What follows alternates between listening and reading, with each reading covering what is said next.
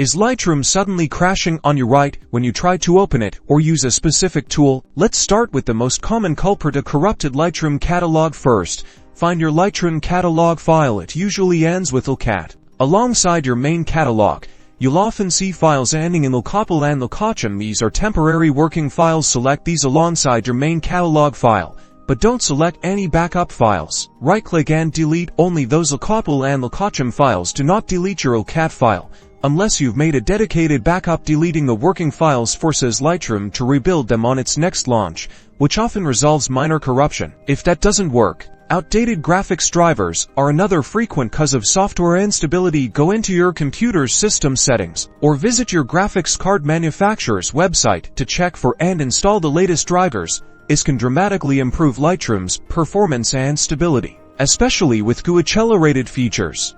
Still crashing?